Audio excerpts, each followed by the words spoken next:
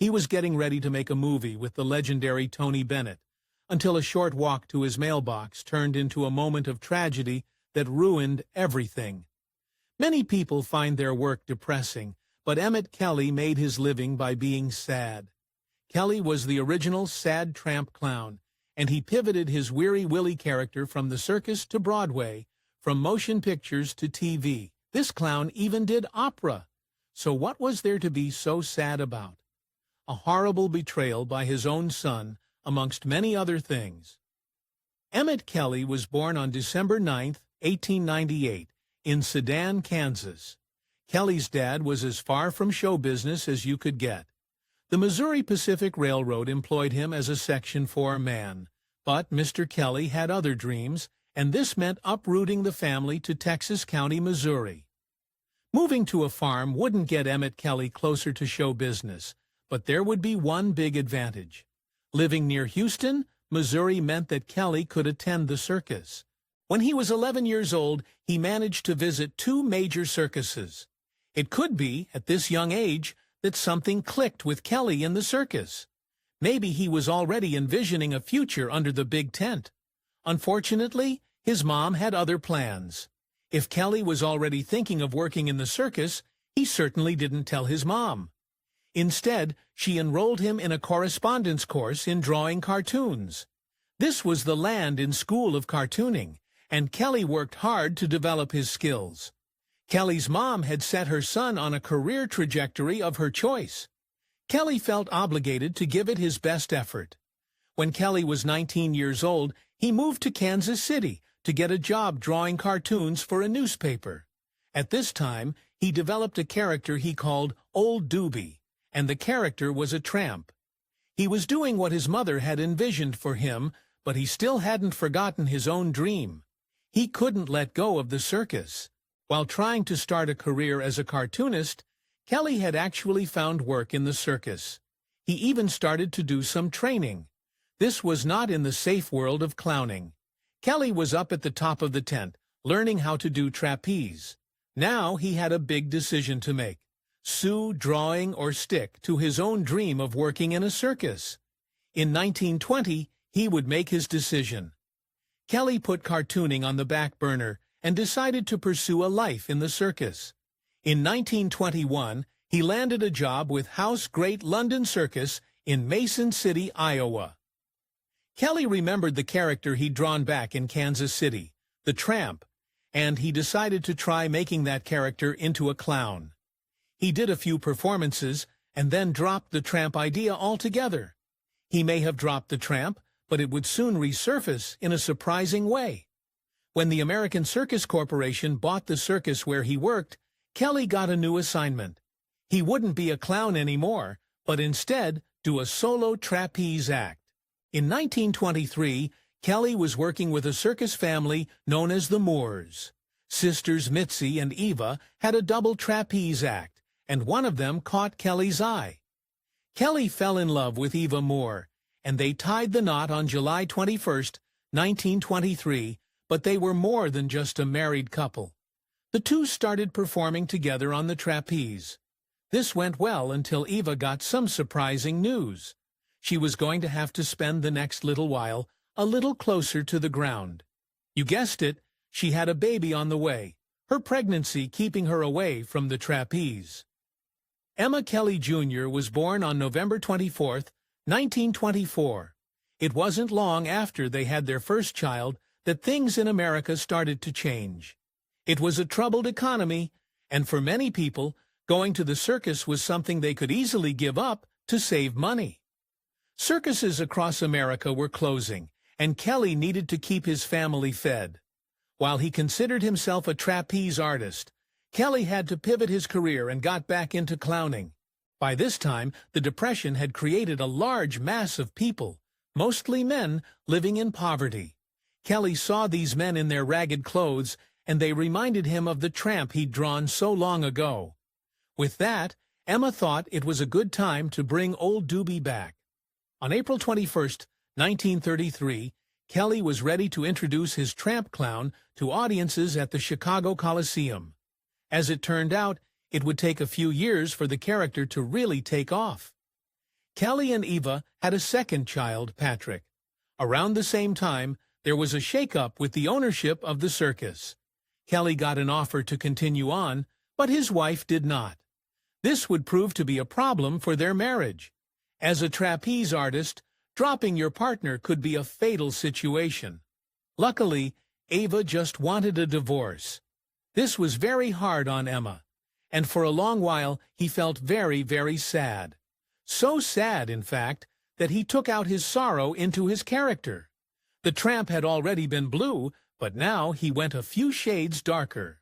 Newly single, Emma now had time to focus on his career and realized he needed a change. Kelly's tramp clown was getting popular, and a newspaper writer named Hype Ego started calling him Weary Willie. Now, this name was not new. People used it years before to talk about nameless hobos roaming across the American landscape. Ego put the idea into Kelly's head that he could use the name for his character. Kelly took Ego's advice, and Weary Willie was born. Little did he know, but Willie was about to soar. In 1937, Kelly received an incredible offer. He was going to perform in London, England. For his first performance in Europe, Kelly really wanted something that would wow audiences. What he came up with was a bit where he tries to sweep a spotlight, which of course is impossible. Audiences loved it. It eventually became his signature bit, but there was one problem. It wasn't Kelly's own idea. Years before, a clown named Charlie Shorty Flem had already done it, and it wasn't as if he'd performed it in front of a handful of people. Flem had done it before for thousands at the Madison Square Gardens. This bit now belonged to Emmett, and it would take him to new heights of success. Based to that, Kelly was making a good living working as a clown in the UK. That was when something large and ominous put an end to it. By the late 1930s, World War II seemed inevitable, and Kelly was ready to head back to the States. As it turned out, this move was a real boost to his career. Upon returning to America, Kelly almost immediately got a break. He got an offer to appear on Broadway. The show was a musical called Keep Off the Grass, and it starred Jimmy Durante and Ray Bolger. Central Park was the setting for the musical, and Kelly's role was as one of several hobos in the park. Kelly had his work cut out for him. He had to stand out among all the other professional actors on stage. Unfortunately, Keep Off the Grass did not do well with critics and closed after just 44 performances. But there was a silver lining. One of the few positive comments critics made about the show was about Kelly. One critic said, Kelly provided the one moment of an otherwise uninspired show. Certainly, this positive comment would cement Kelly's success. Standing out and Keep Off the Grass was good, but it didn't do much for Kelly's career. After the show closed, Kelly found himself working in noisy nightclubs as a tramp who drew cartoons. During his performances, he didn't speak at all, but he did become known for an amazing ability. In the time it took most people to write down their names, he could draw 8 cartoons. Seemed that Kelly would live out his days in a dreary nightclub, and then his luck turned around. After a year and a half of nightclub work, Kelly received an offer to work for the Post-circus. The Post didn't hold back when describing the amazing clown. They called him the world's funniest clown, and they even made his triumphs in the UK seem a little more triumphant than they were. It's possible that the Post went a little too far in promoting Kelly. When the Post competitor, the Ringling Bros and Barnum and Bailey, saw the promotion of Kelly, they realized they needed him. In 1942, they were able to lure Emmett away from the Post and into their tent. But everything was not always great under the canvas at the Ringling Bros and Barnum and Bailey. In fact, it was downright dangerous. On July 6, 1944, Kelly was in the dressing room getting ready to go on when he heard someone yell, "Fire!" When Kelly emerged into the big tent, he saw something he would never forget. Flames had engulfed the entire circus. Kelly knew in an instant that he needed to help the terrified spectators get out safely. But how could a clown handle a real life-threatening situation? Strangely, it was at this time that Kelly realized he was carrying a bucket of water. Kelly ran with his bucket to one of the generator wagons that had caught on fire. Just as he was emptying the limited bucket of water, a huge tractor roared towards him. The driver of the tractor didn't see Kelly and narrowly missed running right over him. Firefighters eventually put the fire out, but Kelly would soon not forget these harrowing events. In the end, the accident ended 168 people's lives and injured another 700. Kelly saw things that had a deep impact on him. There was the temporary mark that housed the bodies, and there was a burnt clown doll he found in the rubble. It was a horrible day, and Kelly later said he would never forget it. As it turned out, a chance photograph would immortalize the day forever. As Kelly was making his way with his bucket to put out the fire, a member of the audience named Ralph Emerson snapped a photo. Kelly is in his full clown attire, and the sight of him with his little bucket would almost be funny if it weren't for the tragic circumstances. The photo ended up in Life magazine on July 17, 1944. Kelly had to move on, and he did it in a big way. In Los Angeles, Kelly was doing a charity event, but it ended up being a gold mine for him. You see, an agent approached Kelly about working in films, but this was no ordinary agent. He represented none other than producer David O. Selznick, who'd already won an Academy Award for Gone with the Wind. The limit was now over 50. Was it too late to start a new career in film? Kelly ended up signing a one-year contract with O. Selznick. Next, all he had to do was find a movie that suited his skills. There'd been a radio drama called The Fat Man that had an obvious plus because it featured a character that happened to be a clown.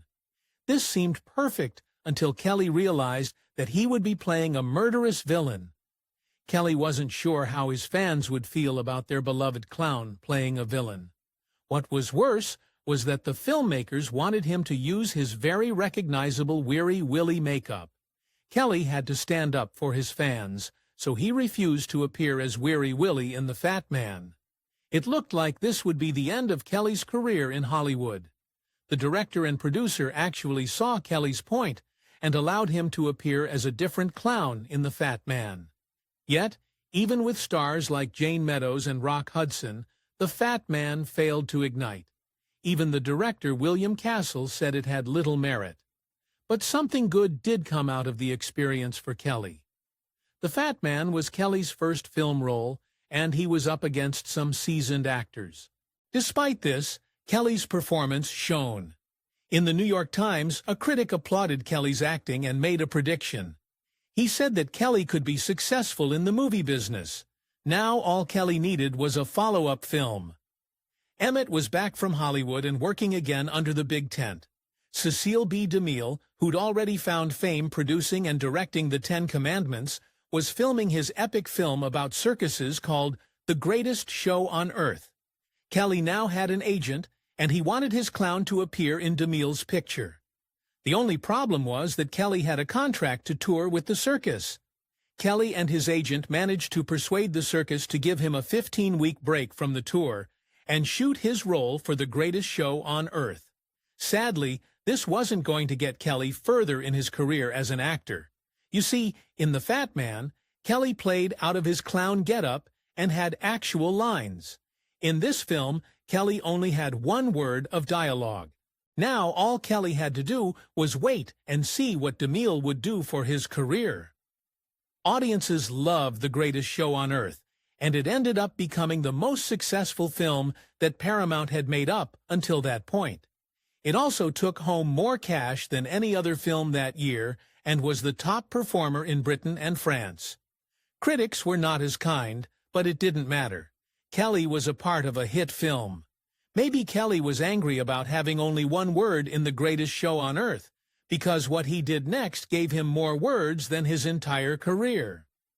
After The Greatest Show on Earth hit theaters, something amazing happened. Kelly decided to speak a lot. Instead of actually speaking, Kelly turned to writing. This was in his autobiography called Clown, My Life in Tatterson's Miles. Henry Fonda then turned the story into a CBS television special that aired on March 27, 1955. CBS liked what Kelly brought, and they were ready to use him again. Since Kelly's life story was on CBS, the studio decided to use him on another one of their shows. This was I've Got a Secret, where a panel tried to guess a guest's secret. Kelly appeared on the show along with an acrobatic group called the Four Whirlwinds. Of course, no one knew what his secret was. Well, he had one, and it was a doozy. The panelists on I've Got a Secret had their work cut out for them. Most people didn't even know Kelly out of makeup, and here he was sitting there on a show with a group of acrobats and a secret. What finally came out was the fact that Kelly was walking down the wedding aisle for the second time. And that doesn't sound like much of a secret. Wait till you hear the details of the wedding. First, Kelly surprised the TV audience by announcing that his wedding was actually the following day. The bride was also a surprise. Evie Gebhardt was sitting right there on stage as one of the members of the group of acrobats. Surprise number 3 was that she was a whopping 36 years younger than him. Emmett was 57, and his 21-year-old bride wanted what most young brides wanted. It didn't take long for Evie to get pregnant, and on November 6th, just 7 months after their wedding, she gave birth. Sadly, Kelly was working and not at the hospital, but 2 photographers took simultaneous pictures as the proud parents talked on the phone shortly after Stasia Kelly was born. Next, Kelly would tackle a sports problem head-on. In 1957, the Brooklyn Dodgers baseball team was in trouble. Great sales were seriously declining, and they needed a way to revive them. The owner was thinking of moving Latina LA, and the fans were upset. As a last resort, the owner decided to hire Kelly to be a mascot to see if he could help the troubled ball team. All of Brooklyn was counting on Kelly's ability to draw a crowd. While he was working on one of the Brooklyn Dodgers' last games, Kelly missed another delivery. While he was playing mascot, Evie was giving birth to their second daughter, who they named Monica. Kelly now had 2 daughters with Evie, and he had to make up for missing their births by being a good dad. However, there was one thing standing in his way. The traveling life of a clown was hard on the family, so Kelly was looking for a job where he could stay in one place. An opportunity arose when his old friends at CBS decided to build a theme park called Pacific Ocean Park. Working a regular gig at a fixed location was just what Kelly needed to improve his family life.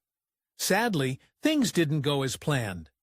Pacific Ocean Park was meant to be in direct competition with Disneyland, and to score points, CBS wanted Kelly as their vice president in charge of fun. It seemed that the XX had forgotten that Kelly was famous for being sad. Kelly did his best, but the park closed in 1967. Once again, Kelly was in search of a job where he could stay put. While continuing to look for a job that would keep him in one place, Kelly met Bill Harrah. Harrah owned a huge casino situated at the beautiful Lake Tahoe on the border of California and Nevada. Kelly took a job and performed for an astonishing 15 years with big names like Sammy Davis Jr., Ed Sullivan, and Carol Channing. Kelly could have grown old there, but he was still up for new experiences. In 1973, at the age of 74, Kelly tried something new. He appeared in an opera called The Bartered Bride. This was no ordinary opera, as the producer had a name for herself, creating very avant-garde work. One critic said that watching Kelly nibble on cabbage was unforgettable. Next, Kelly moved from the highbrow world of opera to something a little closer to home. While being in the circus had attracted legions of fans, it could not compete with what television brought. Due to his appearances on TV in the 1960s and 70s, Kelly now had even more exposure. He even had a chance to appear with the amazing Bette Midler as she sang Hello in there to a sad-looking Willie. Kelly was getting more and more popular, but he still had time for the circus and more trauma.